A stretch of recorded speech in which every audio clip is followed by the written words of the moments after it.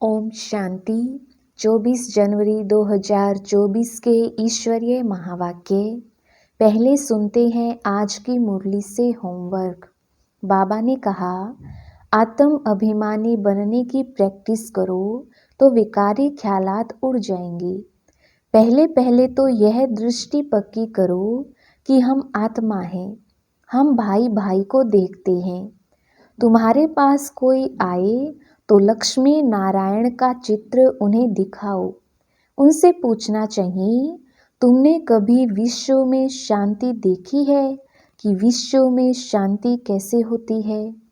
तुम बच्चों को बहुत खुशी रहनी चाहिए, दैवी गुण भी धारण करने चाहिए। भाई भाई को देखो तो स्त्री को भी आत्मा के रूप में ही देखेंगे। क्रिमिनल आई नहीं होगी। आत्मा को सतो प्रधान बनाने के लिए एक सर्वशक्तिमान बाप से ताकत लेनी है। बाप और लक्ष्य के चित्र पर हरेक को विस्तार से समझाओ, बाकी बातों में टाइम वेस्ट मत करो। और अब सुनते हैं ईश्वरीय महावाक्य विस्तार से। मुरली का सार। मीठे बच्चे, आत्म अभिमानी बनने की प्रैक्टिस करो तो विकारी ख्यालात उड़ जाएंगे। बाप की याद रहेगी, आत्मा सतो प्रधान बन जाएगी। प्रश्न, मनुष्यों को दुनिया में किस रास्ते का बिल्कुल ही पता नहीं है? उत्तर, बाप से मिलने व जीवन मुक्ति प्राप्त करने के रास्ते का किसको भी पता नहीं है। सिर्फ शांति शांति करते रहते हैं, कॉन्फ्रेंस करते रहते, जानते नहीं कि विश्व में शांति कब थी और कैसे हुई। तुम पूछ सकते हो कि अपने विश्व में शांति देखी है? शांति कैसे होती है? विश्व में शांति तो बाप द्वारा स्थापन हो रही है, तुम आकर समझो। ओम शांति। रूहानी बाप बैठ रूहानी बच्चों को समझाते हैं। पहले पहले तो यह दृष्टि पक्की करो कि हम आत्मा हैं, हम भाई भाई को देखते हैं। जैसे बाप कहते हैं, मैं बच्चों को देखता हूँ। आत्मा ही शरीर की कर्मेंद्रियों द्वारा सुनती है, बोलती है। आत्मा का तखत है भ्रुकुटी, तो बाप आत्माओं को देखते हैं। यह भाई भी अपने भाइयों को देखते हैं। तुमको भी भाइयों को देखना है। पहले यह दृष्टि पक्की चाहिए, फिर क्रिमिनल ख्यालात बंद हो जाएंगे। यह आदत पड़ जाएगी। आत्मा ही सुनती है, आत्मा ही चुरपुर करती है। यह दृष्टि पक्की होने से और ख्याल सब उड़ जाएंगे। यह है नंबर 1 सब्जेक्ट। इसमें दैवी गुण भी ऑटोमेटिकली धारण होते रहेंगे। कर्मेंद्रियां चलायमान देह अभिमान में आने से ही होती हैं। देही अभिमानी बनने की बहुत कोशिश करो तो तुम्हारे में ताकत आएगी। सर्वशक्तिमान बाप की ताकत से ही आत्मा सतो प्रधान बनती है। बाप तो है ही सतो प्रधान। तो पहले पहले यह दृष्टि पक्की हो, तब समझें कि हम आत्म अभिमानी हैं। आत्म अभिमानी और देह अभिमानी में रात दिन का फर्क है। हम आत्माओं को अब वापिस घर जाना है। आत्म अभिमानी बनने से ही हम पवित्र सतो प्रधान बनेंगे। यह प्रैक्टिस करने से विकारी ख्यालात उड़ जाएंगे। मनुष्य कहते हैं, धरती के सितारे, बरोबर हम आत्मा सितारा हैं। यह शरीर मिला है कर्म करने के लिए। अब हम तमो प्रधान बने हैं, फिर हमको सतो प्रधान बनना है। बाप को आना भी पुरुषोत्तम संगम युग पर है। ऐसे कभी नहीं कहेंगे कि क्राइस्ट के शरीर में आते हैं। वह आते ही हैं रजो प्रधान में। कोई बुद्ध व क्राइस्ट के तन में भगवान आए, यह तो हो ना सके। वह आते तो एक बार हैं और आते हैं पुरानी दुनिया में नई दुनिया स्थापन करने, तमो प्रधान दुनिया को बदल सतो प्रधान बनाने। वह जरूर संगम पर आएंगे और कोई समय पर वह आ ना सके। उनको आकर नई दुनिया स्थापन करनी है। उनको कहा जाता है हेवनली गॉड फादर, ड्रामानुसार संगम का भी नाम है। श्री कृष्ण को तो बाप व पतित पावन नहीं कहेंगे, उनकी महिमा बिल्कुल अलग है। बाबा समझाते रहते हैं, पहले पहले कोई को एम ऑब्जेक्ट समझाओ। भारत में लक्ष्मी नारायण का राज्य था तो एक धर्म एक राज्य था। आदि सनातन देवी देवता धर्म था, एक ही अद्वैत धर्म था। हेवन स्थापन करना तो बाप का ही काम है। कैसे करते हैं वह भी क्लियर है। संगम पर ही बाप आकर समझाते हैं कि देह के सब धर्म छोड़ अपने को आत्मा समझो। लक्ष्मी नारायण के चित्र पर ही सारी समझाने देनी है। शिव बाबा का चित्र भी है। महिमा वाला चित्र बहुत अच्छा बना हुआ है। यह है ही नर से नारायण बनने की सत्य कथा। राधे कृष्ण की कथा नहीं कहती हैं, सत्य नारायण की कथा। तुमको नर से नारायण बनाते हैं। पहले तो छोटा बच्चा होगा, छोटे बच्चे को नर नहीं कहा जाता, नर नारायण नारी लक्ष्मी कहा जाता है। तुम बच्चों को इस चित्र पर ही समझाना है। सन्यासी तो आदि सनातन देवी देवता धर्म की स्थापना कर ना सके। शंकराचार्य तो आते ही हैं रजो प्रधान के समय, वह राजयोग सिखा ना सके। बाप आते हैं संगम पर, कहते हैं बहुत जन्मों के अंत के भी अंत में मैं प्रवेश करता हूँ। ऊपर त्रिमूर्ति भी है, ब्रह्मा योग में बैठा है। शंकर की तो बात ही अलग है, बैल पर सवारी हो न सके। बाप को तो यहाँ आकर समझाना है, विनाश भी यहाँ ही होता है। लोग कहते हैं विश्व में शांति हो, वह तो होने वाली है, तब बुद्धि में आता है। चित्रों पर तुम अच्छी तरह समझा सकते हो। जो शिव की व देवताओं की भक्ति करते हैं उनको समझाना है, वह झट मानेंगे। बाकी नेचर व साइंस आदि को मानने वालों की बुद्धि में बैठेगा नहीं, दूसरे धर्म वालों की भी बुद्धि में नहीं आएगा। जो कन्वर्ट हुए होंगे वही निकल आएंगे, उनकी क्या फिक्रात करनी है। देवता धर्म वाले व बहुत भक्ति करने वाले अपने धर्म में बहुत पक्के होंगे, तो देवताओं के पुजारियों को समझाओ, बड़े आदमी कभी आएंगे नहीं। समझो बिरला है, इतने मंदिर बनाते हैं, उनके पास ज्ञान सुनने की फुर्सत ही कहाँ है। सारा दिन बुद्धि धंधे में लगी रहती है, पैसे बहुत मिलते हैं तो समझते हैं मंदिर बनाने से धन मिलता है। यह देवताओं की कृपा है। तुम्हारे पास कोई आए तो लक्ष्मी नारायण का चित्र उन्हें दिखाओ, बोलो तुम विश्व में शांति चाहते हो तो विश्व में शांति का राज्य इस दुनिया में था। फलानी तारीख से फलानी तारीख तक सूर्यवंशी राजधानी में बहुत शांति थी, फिर 2 कला कम हो जाती है। इस चित्र पर ही सारा मदार है। अब तुम विश्व में शांति चाहते हो, कहाँ चलेंगे? घर को तो जानते ही नहीं हैं। हम आत्मा शांत स्वरूप हैं, मूल वतन में रहते हैं, वही शांति धाम है। वह इस दुनिया में नहीं है, उनको कहा जाता है निराकारी दुनिया। बाकी विश्व इसको ही कहा जाता है। विश्व में शांति नई दुनिया में होगी। विश्व के मालिक यह बैठे हैं। गरीब इन बातों को अच्छी तरह समझते हैं। कोई कहते हैं रास्ता बहुत अच्छा है, हम रास्ता ढूंढते थे, रास्ते का मालूम ही नहीं तो ढूंढेंगे क्या। ऐसा कोई नहीं जिसको बाप और जीवन मुक्ति के रास्ते का पता हो। शांति शांति कहते रहते हैं, परंतु शांति कब थी, कैसे हुई, किसको भी पता नहीं है। कितनी कॉन्फ्रेंस आदि करते हैं, उनसे पूछना चाहिए तुमने कभी विश्व में शांति देखी है कि विश्व में शांति कैसे होती है। तुम प्रजा आपस में क्यों मूंझती हो? कॉन्फ्रेंस करते रहो, जवाब कहाँ से मिलता नहीं। विश्व में शांति तो अब बाप द्वारा स्थापन हो रही है।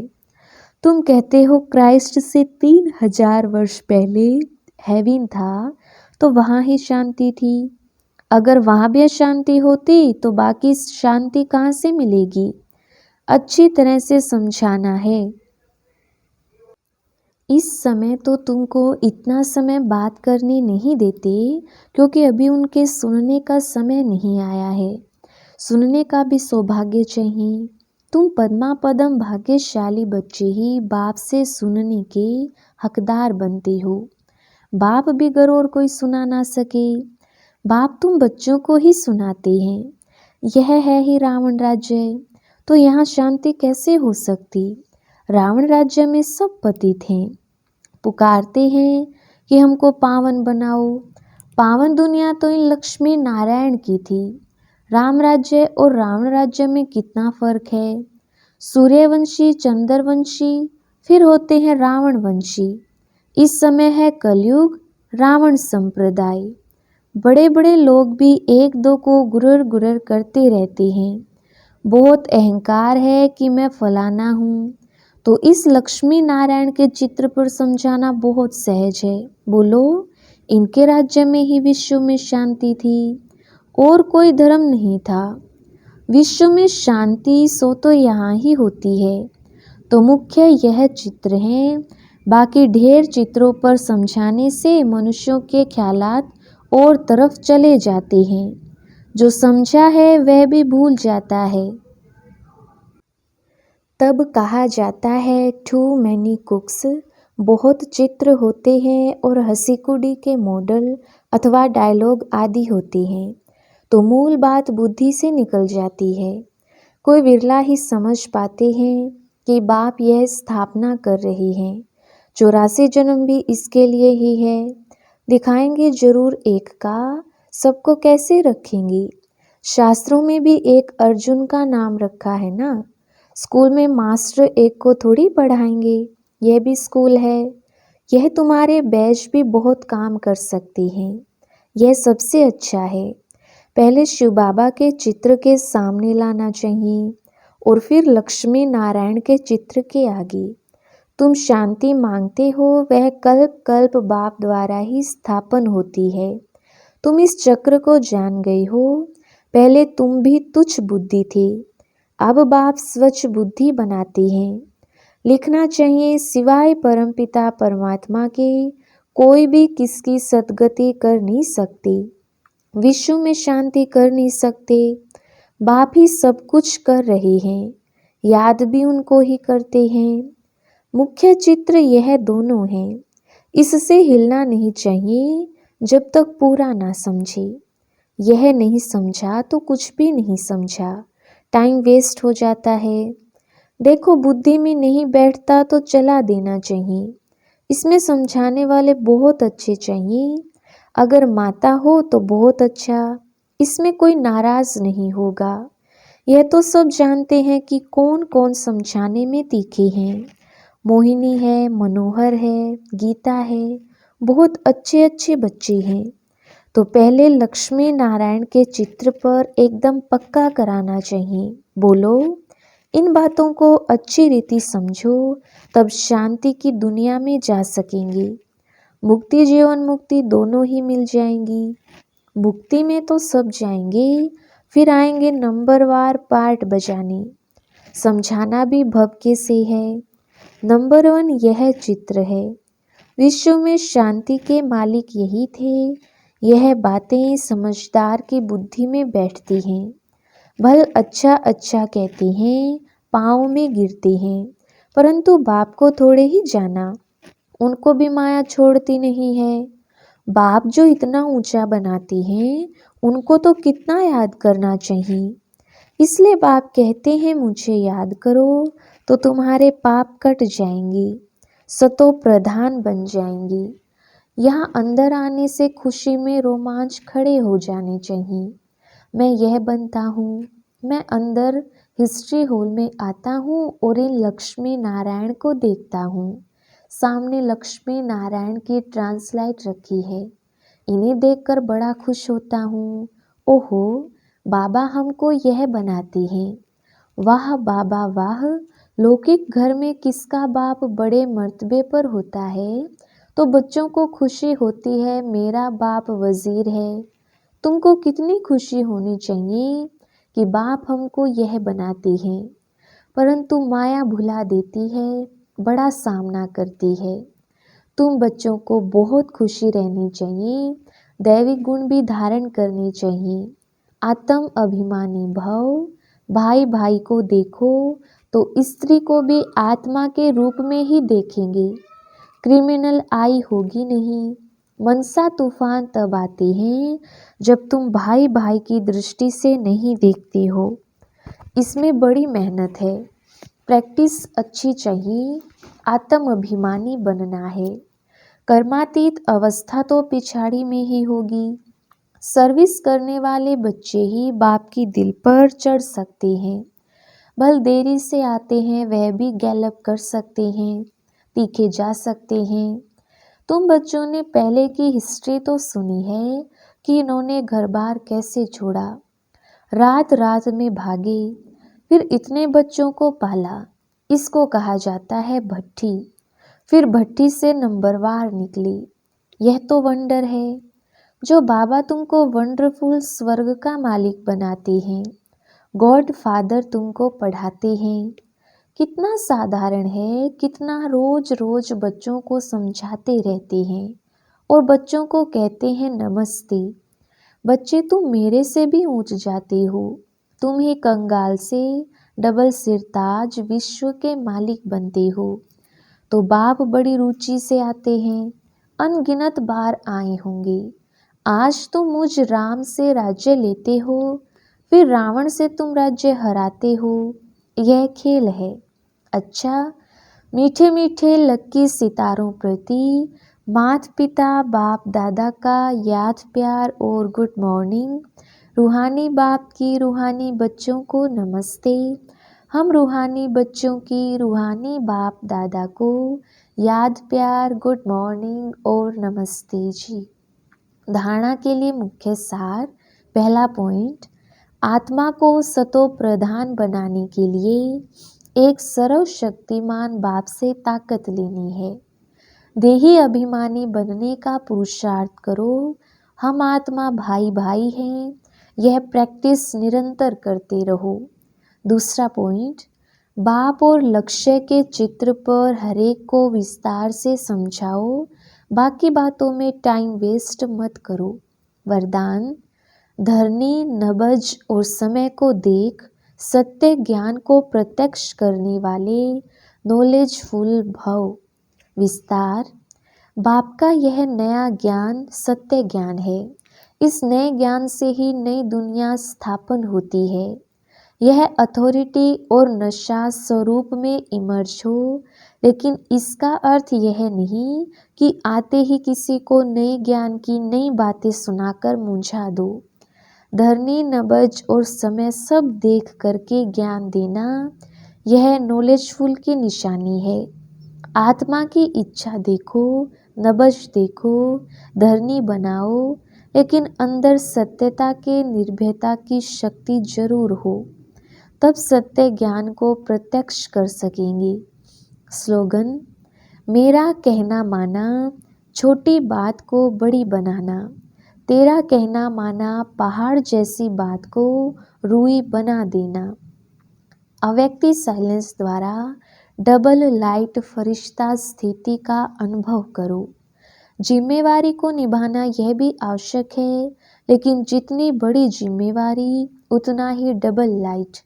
जिम्मेवारी निभाते हुए जिम्मेवारी के बोझ से न्यारे रहो। इसको कहते हैं बाप का प्यारा। घबराओ नहीं, क्या करूं, बहुत जिम्मेवारी है, यह करूं व नहीं, यह तो बड़ा मुश्किल है। यह महसूसता अर्थात बोझ है। डबल लाइट अर्थात इससे भी न्यारा, कोई भी जिम्मेवारी के कर्म की हलचल का बोझ ना हो। अच्छा, ओम शांति।